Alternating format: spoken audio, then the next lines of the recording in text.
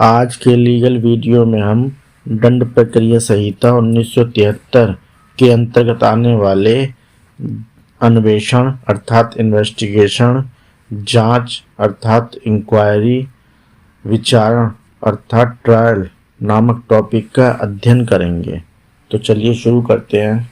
प्रश्न ये पूछा जाता है कि अन्वेषण अर्थात इन्वेस्टिगेशन, जांच अर्थात इंक्वायरी और विचारण अर्थात ट्रायल की परिभाषा बताइए एवं जांच और विचारण में अंतर क्या है। आइए इसका उत्तर देख लेते हैं।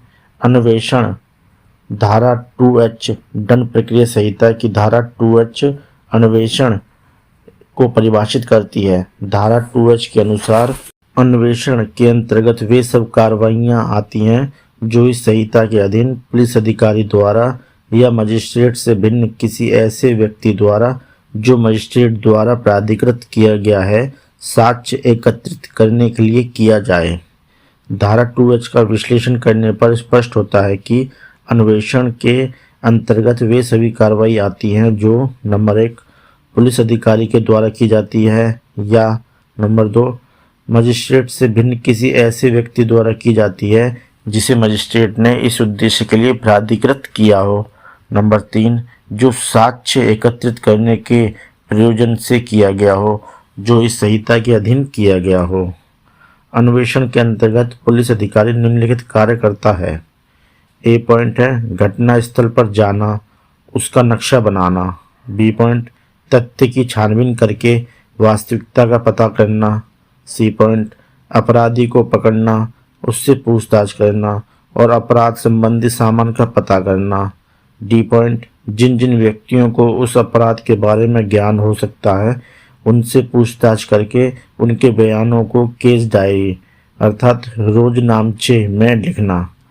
पुलिस अधिकारी की इसी कार्रवाई को अन्वेषण, तफ्तीश अथवा विवेचना कहा जाता है। अब आते हैं जांच पर। दंड प्रक्रिया संहिता की धारा 2G जांच अर्थात इंक्वायरी को परिभाषित करती है। धारा 2G के अनुसार जांच से तात्पर्य विचारण से भिन्न ऐसी प्रत्येक जांच से है जो इस संहिता के अधीन मजिस्ट्रेट या न्यायालय द्वारा की जाए। अतः जांच के अंतर्गत प्रत्येक ऐसी जांच आती है। नंबर 1 मजिस्ट्रेट द्वारा की जाए, नंबर 2 न्यायालय द्वारा की जाए, नंबर 3 इस संहिता के अधीन की जाए, नंबर 4 जो विचारण से भिन्न हो। दंड प्रक्रिया संहिता की धारा 125, 145, 116, 202 तथा धारा 174 इत्यादि के अंतर्गत की गई कार्रवाइयाँ जांच प्रकृति की होती हैं। जांच के अंतर्गत वे सब कार्रवाइयाँ शामिल होती हैं जो मजिस्ट्रेट द्वारा कार्रवाइयों के दौरान की जाती हैं। जांच का प्रधान उद्देश्य किसी तथ्य की सत्यता का निर्धारण करना होता है।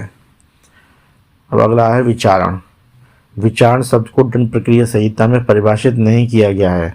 विचारण एक न्यायिक कार्रवाई है जिसमें न्यायालय द्वारा किसी अपराध के अभियुक्त को व्यक्ति को दोषसिद्धि अथवा दोषमुक्त किया जाता है। अगला है जांच एवं विचारण में अंतर। तो पहला अंतर यह है, जांच और विचारण में एक मुख्य अंतर यह है कि यदि कार्रवाई का अंत अपराधी को दंडित किए जाने या छोड़ दी जाने में होता है तो वह विचारण कहलाता है, जबकि जिन कार्रवाइयों का अंत अपराधी को दंडित करने या छोड़ने में नहीं होता है वे सब कार्रवाइयाँ जांच कहलाती हैं। दूसरा अंतर है, जांच विचारण के पूर्ववर्ती होता है अर्थात पहले होता है, जबकि विचारण ट्रायल जांच के पश्चातवर्ती होता है अर्थात बाद में होता है। अर्थात विचारण के प्रारंभ होने के पहले की कार्रवाई जांच कहलाती है। विचारण का प्रारंभ वहां से माना जाता है जब अभियुक्त के ऊपर आरोप लगा दिया जाता है और पूछा जाता है तुम्हारे ऊपर जो आरोप लगाया गया है स्वीकार करते हो या विचारण किए जाने का दावा करते हो। दोस्तों, उम्मीद करता हूँ ये टॉपिक आपको पसंद आया होगा। आपकी सहायता एवं सहूलियत के लिए इस टॉपिक का PDF लिंक वीडियो के नीचे डिस्क्रिप्शन में है। आप चाहे तो वहाँ से PDF फाइल डाउनलोड कर सकते हैं। साथियों, अगर वीडियो पसंद आया तो लाइक और सब्सक्राइब कीजिए।